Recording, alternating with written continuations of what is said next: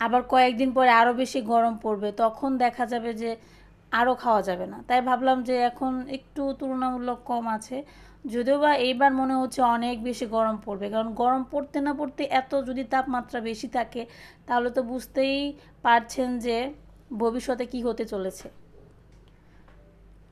মাংসের জন্য আজকে মশলাও করতে হয়েছে, সব মশলা বেটে বুটে রেডি করে রাখলাম সারা সপ্তাহের জন্য। এখন এর মধ্যে মশলা দিচ্ছি পেঁয়াজ, রসুন, আদা পেস্ট, জিরে, ধনিয়া, রাঁধুনি, মিষ্টি সস, মৌরি, যা যা আছে সব ধরনের মশলা সুন্দর করে ব্লেন্ড করে নিয়ে কিছুটা ফ্রিজে রেখে দিয়েছি আর কিছুটা এখন রান্না করতেছি।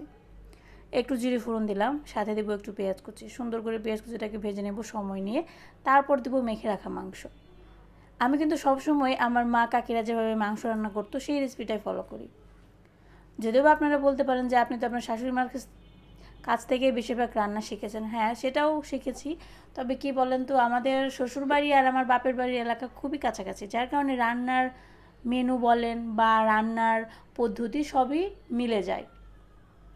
এর জন্য দেখা যায় আমি যেভাবে রান্না শিখি না কেন তাদের দুজনের সাথে মিলে যায়, মানে হচ্ছে আমার মায়ের সাথে এবং আমার শাশুড়ি মার সাথে দুজনের রান্নার পদ্ধতি একই রকম। মাংসটা সুন্দর করে কষিয়ে এর মধ্যে পরিমাণ মতো জল ব্যবহার করব। যেহেতু দেশি মুরগি রান্না করার সময় দেখা যায় যে হাড়ের সংখ্যা একটু বেশি হয়। রান্না করার সময় দেখা যায় মাংস খুঁজে পাওয়া যায় না, কিন্তু হাড়গুলো সবসময়ই তাকিয়ে থাকে। আমাদের আবার হাড়ই বেশি পছন্দ। এর জন্য মাংস তরকারিতে মাংস থাকুক বা না থাকুক, হাড় যদি আমাদের দিকে তাকিয়ে থাকে মনে হয় যে শান্তি লাগে। মাংসের ঝোল রান্না প্রায় শেষ পর্যায়ে চলে আসছে, এর মধ্যে একটু গরম মশলা ব্যাপারটা দিয়েছি, আপনারা তো দেখেছেন। আমার কাছে কেন জানি না যে কোনো ধরনের মাংসই বলেন না কেন গরম মশলা ছাড়া মনে হয় এটা কল্পনাই করা যায় না।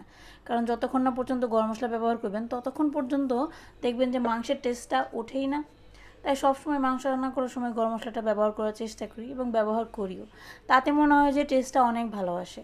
তো মাংস রান্না তো আমার হয়ে গেল।